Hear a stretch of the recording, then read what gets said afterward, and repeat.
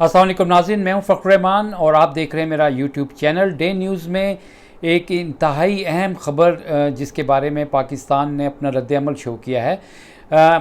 2 दिन पहले भारत की जानिब से ये तस्लीम किया गया कि 5 महीने पहले 9 मार्च को जो मिज़ाइल पाकिस्तान के अंदर आकर गिरा था वो ब्रह्मोस मिज़ाइल था और एक गफलत के नतीजे में वो फ़ायर हो गया था और जिसके भारतीय जो फ़िज़ाइया के 3 अफसरान जो थे उनको डिसमिस कर दिया गया है।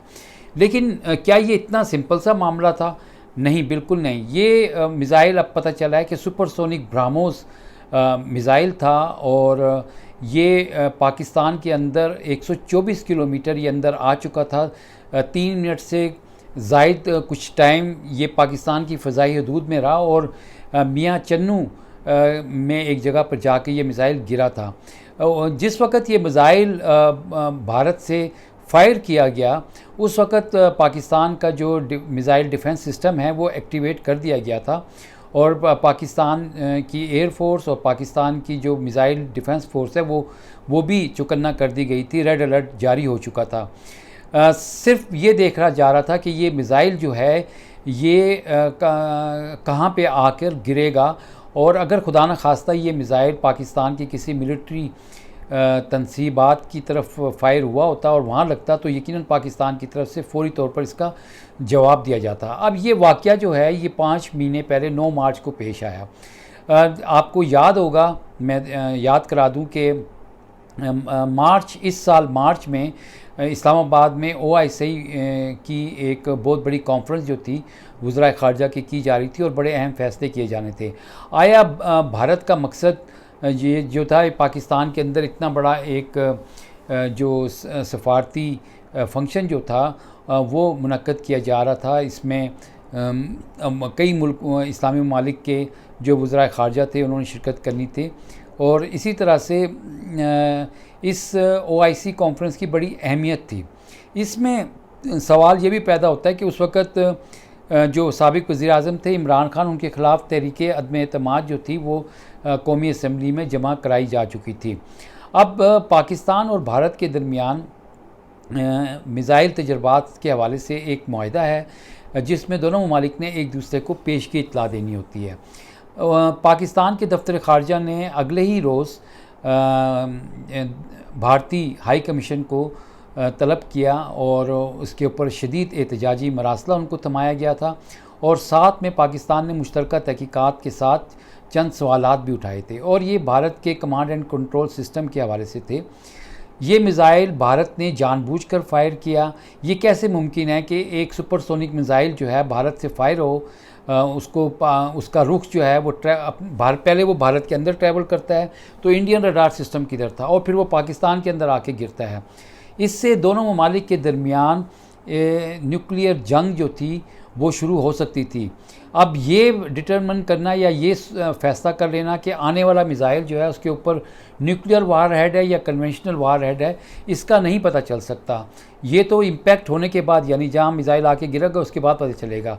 तो पाकिस्तान और भारत के दरमियान ये इतना ही टाइम है। आप देख रहे हैं कि 3 मिनट के अंदर ये मिज़ाइल जो था पाकिस्तान की फ़ज़ाई हदूद में था, 3 मिनट तक ये ट्रैवल करता रहा। तो ये पाकिस्तान और भारत की जो बॉर्डर्स हैं, प्रॉक्सिमिटी जो है वो बहुत क्लोज़ है। ये फ़ैसला नहीं हो सकता कि इमीडिएटली आप हॉटलाइन पे पूछें कि ये न्यूक्लियर वार हेडेड है या नहीं है। इससे दोनों ममालिक के दरमियान न्यूक्लियर वार का ख़तरा जो है वो पेश आ सकता था। यह पाकिस्तान ने इंतहाई ज़िम्मेदाराना तौर पर अपना रद्द-ए-अमल जो था उसको रेस्ट्रेंट का मुज़ाहरा किया। पाकिस्तान ने फ़ौरी तौर पर रद्द-ए-अमल नहीं दिया, लेकिन पाकिस्तान ने अब जो भारत की तरफ से फ़ैसला आया कि उन्होंने कोर्ट ऑफ इंक्वायरी की, भारत की फ़ज़ाइया के 3 अफसरान को डिसमिस किया, तो पाकिस्तान ने इस फ़ैसले को मुस्तरद कर दिया है और दोबारा से भारत को ये कहा है कि आप हमारे साथ मुश्तरका तहकीकात करें। पाकिस्तान भारत को कहता है कि अगर आप सिंसियर हैं, छुपाने की कोई बात नहीं है, तो ये मामला इंतहाई संजीदा मामला है। इसकी वजह ये है कि 1.2 अरब की आबादी भारत में है और पाकिस्तान के अंदर तकरीबन 30 करोड़ की आबादी है। तो इससे दोनों ममालिक के अंदर कोई खुदा न खास्ता जोहरी जंग छिड़ जाए तो कितनी जानें जो हैं वो ज़ाया हो सकती हैं।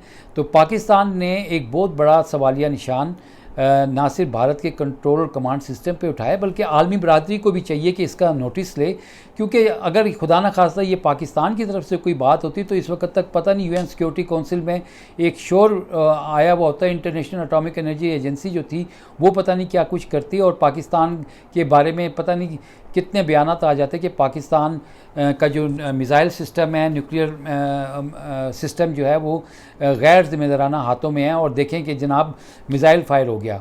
तो ये साबित करता है वाक़या कि भारत के जो कमांड एंड कंट्रोल सिस्टम है वहाँ पे इंतहा दर्जे की लापरवाही दिखाई गई है और वो महफूज नहीं है और उससे ना सिर्फ खित्ते के अमन को ख़तरात लाक हो सकते हैं बल्कि पूरी दुनिया को इससे ख़तरात लाक हो सकते हैं। पाकिस्तान का ये मुतालबा भारत को मानना चाहिए और आलमी बरादरी को और ख़ास तौर पे यूएन सिक्योरिटी काउंसिल और इंटरनेशनल एटॉमिक एनर्जी एजेंसी को भी पाकिस्तान के इस मुतालबे की तायद करनी चाहिए। ये भारत की जानिब से इंतहाई गैर ज़िम्मेदाराना एक्शन था और ये सिर्फ काफ़ी नहीं है, ये देखना होगा कि भारत के कमांड एंड कंट्रोल में कल को कोई इंतहा पसंद जो है वो बैठ जाता है और वो इस तरह की हरकत कर देता है तो फिर क्या होगा। पाकिस्तान और भारत की दरमियान न्यूक्लियर जंग होगी, यहाँ पे कितनी जानें ज़ाया होंगी। और जैसा कि भारत में ये वाक़यात भी पेश आ चुके हैं कि वहाँ पे यूरेनियम जो थी स्मगल की जा रही थी और वो पकड़े गए लोग, लेकिन किसी की जानिब से ये नहीं कहा गया कि भारत का न्यूक्लियर प्रोग्राम जो है वो रोग एलिमेंट्स के हाथ में है।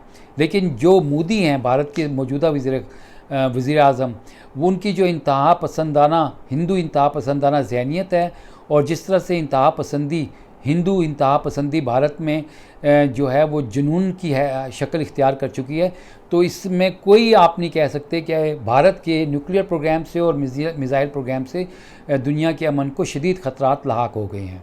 अपना बहुत बहुत ख्याल रखिएगा। अगले वीलॉग के साथ मैं दोबारा आपकी खिदमत में हाजिर होऊंगा। अल्लाह हाफिज़।